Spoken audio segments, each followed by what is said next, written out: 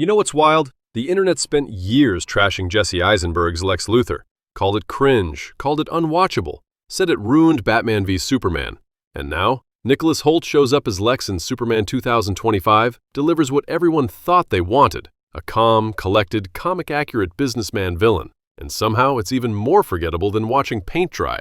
So what happened? How did the version everyone hated actually understand something fundamental about villainy that the safe version completely missed? Let me tell you why Eisenberg's Lex Luthor works on a level most people didn't catch the first time, and why Hoult's version is already being forgotten before the movie even leaves theaters. Here's the thing about Nicholas Hoult's Lex Luthor. It's not that he's a bad actor. The man killed it in the menu. He was terrifying in Renfield. But his Lex? It's like someone created him in a lab using a checklist of what Lex Luthor should be without understanding why any of those things matter. He's bald. Check. He's rich. Check. He's got the purple and green. Check. He hates Superman. Check. Cool. So does my checklist have a personality? Does it have a pulse? Hoult's Lex is what happens when you let Reddit write your villain. Everyone complained that Eisenberg was too manic, too young, too modern. So James Gunn gave them the opposite. Controlled, measured, classically menacing. And you know what? It's boring as hell. Because here's what people forget.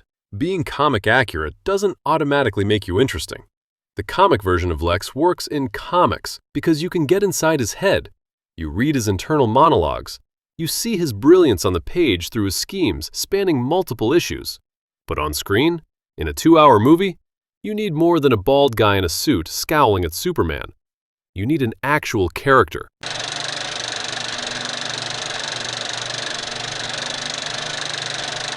Now let's talk about why Eisenberg's version actually works, even though everyone lost their minds over it in 2016.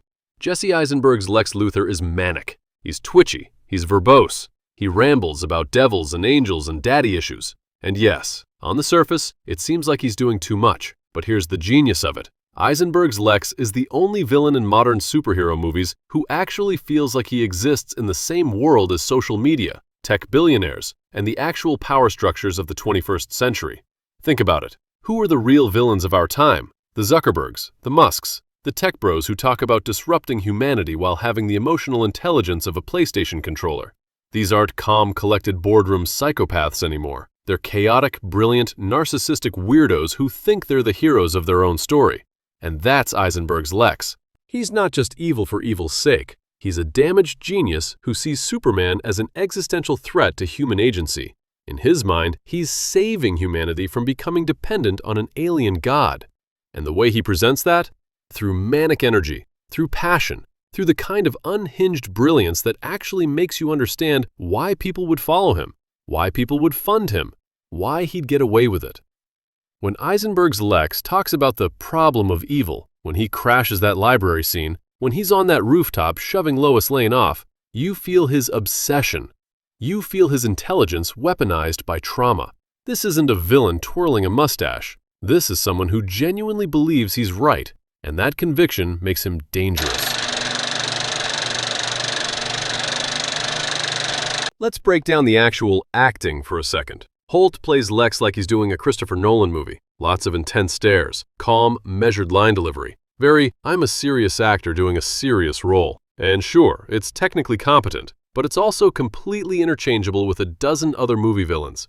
You could swap him out with any well-dressed antagonist from the last 10 years and nothing would change. Eisenberg? Love him or hate him, you remember that performance. The way he shifts between charming and unsettling in a single sentence. The physicality, the twitches, the movements, the way he invades people's space. The line deliveries that feel genuinely unpredictable. Do you know the oldest lie in America, Senator? It's that power can be innocent. That line, that delivery, you feel the venom and the philosophy behind it. When Eisenberg's Lex creates Doomsday, there's this manic glee to it. This is a man playing God because he wants to prove that gods can bleed.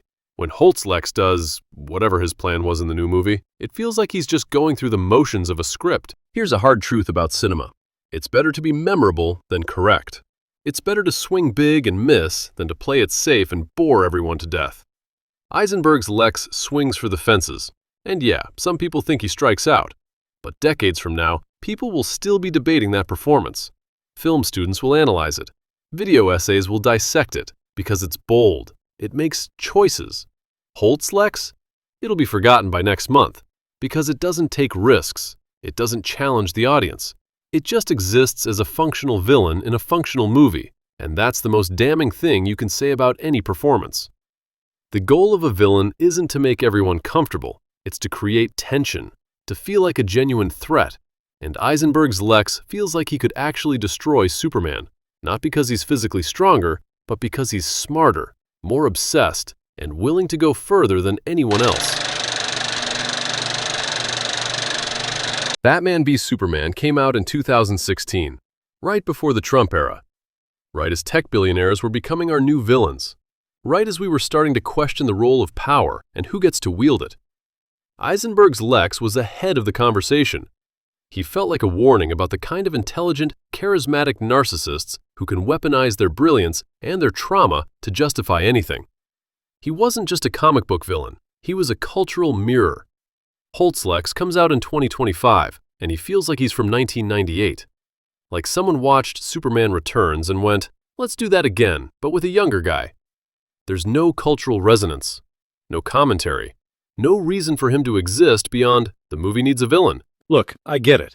Eisenberg's Lex isn't for everyone. If you wanted the Gene Hackman charm or the animated series Cold Intelligence, his interpretation probably felt like a slap in the face. But here's the reality. Eisenberg gave us a Lex Luthor that actually felt dangerous, that felt modern, that felt like he belonged in a world with Superman, but also in our world. He took risks. He made bold choices. He created something memorable. Hoult gave us a guy in a suit, a placeholder, a technically correct version that has all the ingredients but none of the flavor. And in the end, isn't that the whole point of superhero movies? To give us larger-than-life characters that make us feel something? Whether it's love or hate, at least Eisenberg made us feel. Hoult's Lex is already fading from memory. Eisenberg's? We're still talking about it almost a decade later. And that's why one works and one doesn't.